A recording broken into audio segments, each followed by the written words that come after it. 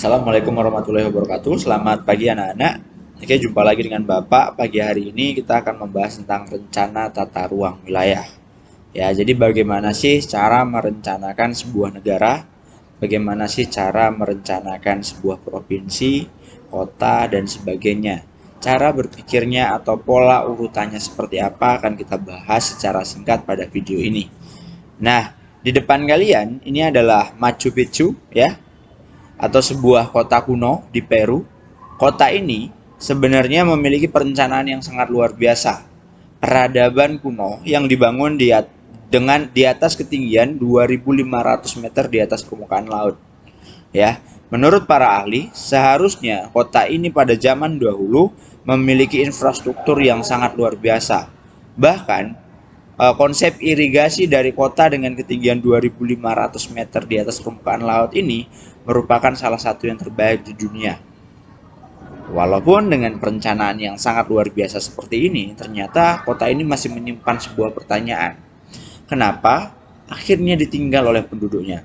Dan tidak ada sampai satu bukti pun sampai hari ini alasan kenapa kota yang begitu indah perencanaannya dengan sangat matang ini akhirnya ditinggalkan.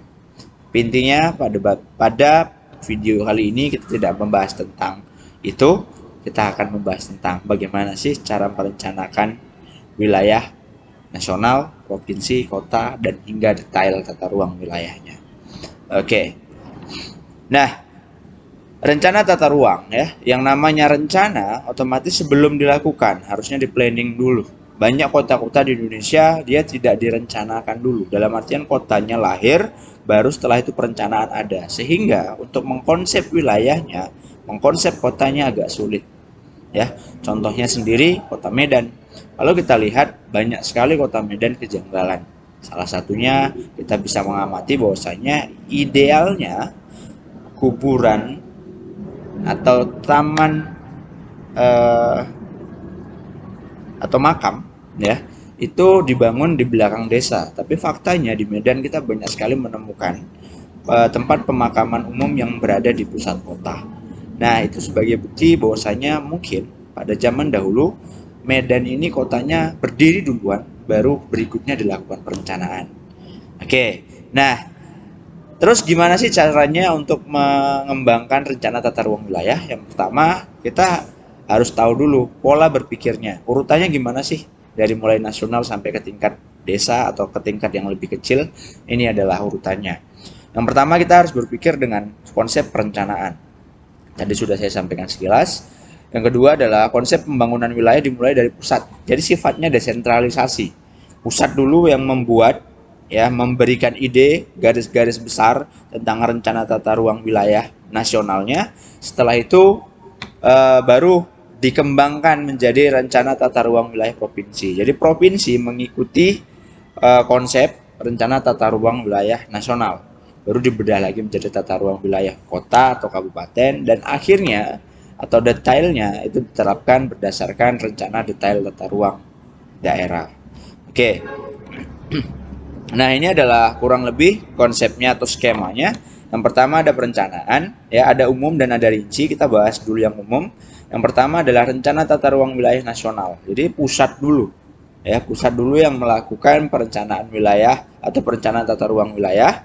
Berikutnya provinsi mengikuti konsep yang diberikan oleh pusat, ya. Jadi misalnya nih kita menjadi target pengembangan potensi pariwisata.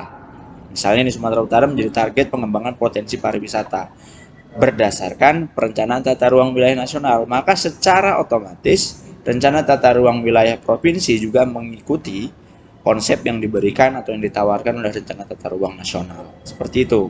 Begitu juga terus berikutnya ada rencana tata ruang wilayah kabupaten, ada juga rencana tata ruang wilayah kota, ya. Nah, kalau perencanaan masalah perinciannya kita bisa lihat dari sini. Yang pertama adalah rencana tata ruang pulau atau kepulauan.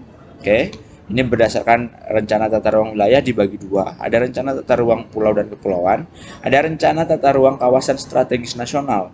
Kawasan strategis ini bisa banyak bentuknya. Ada kawasan strategis ekonomi, ada kawasan strategis pariwisata dan sebagainya ya. Jadi itu nanti setiap provinsi harus bergerak atau merencanakan tata ruangnya berdasarkan rencana strategis dari nasionalnya seperti apa. Nah, untuk rencana tata ruang wilayah provinsi, di sini yang dibuat adalah rencana ruang kawasan strategis provinsi. Ya, kawasan strategis provinsi ini juga bisa banyak bentuknya. Kawasan strategis provinsi ini mungkin bisa bandara, bisa pelabuhan dan sebagainya. Itu juga merupakan kawasan strategis provinsi. Nah, yang berikutnya adalah rencana tata ruang wilayah kabupaten kota dan kabupaten dibagi dua. Yang pertama ada rencana tata ruang kawasan strategis kabupaten dan kota. Yang kedua ada rencana detail tata ruang kabupaten dan kota. Baru yang berikutnya dilakukan untuk detail rencananya seperti apa, perencanaannya seperti apa. Nah, itulah dia penjelasannya soal skemanya. Kalian bisa baca di slide ini. Yang berikutnya, ini kurang lebih juga skemanya. Jadi dia dari mulai rencana tata ruang wilayah nasional, kemudian diturunkan menjadi rencana perencanaan tata ruang provinsi, diturunkan lagi dia menjadi rencana tata ruang kota atau rencana tata ruang kabupaten. Oke, baru kemudian kota dan kabupaten ini rencana tata ruang wilayah kota dan kabupaten ini dikembangkan menjadi rencana detail tata ruang atau perencanaan faktanya di lapangan, gimana sih detailnya di lapangan, seperti apa sih penerapannya. Nah, itu terdapat pada RDTR seperti ini. Oke. Nah, oke, mungkin kamu sudah mendengar videonya. Saya berharap kalian bisa meringkas ya materi yang terdapat pada video ini, terutama tentang alur proses rencana tata ruang wilayahnya. Oke, mungkin itu saja materi video pada pagi hari ini. Tetap di rumah, hindari pusat-pusat keramaian, tetap jaga kesehatan. Saya ucapkan terima kasih.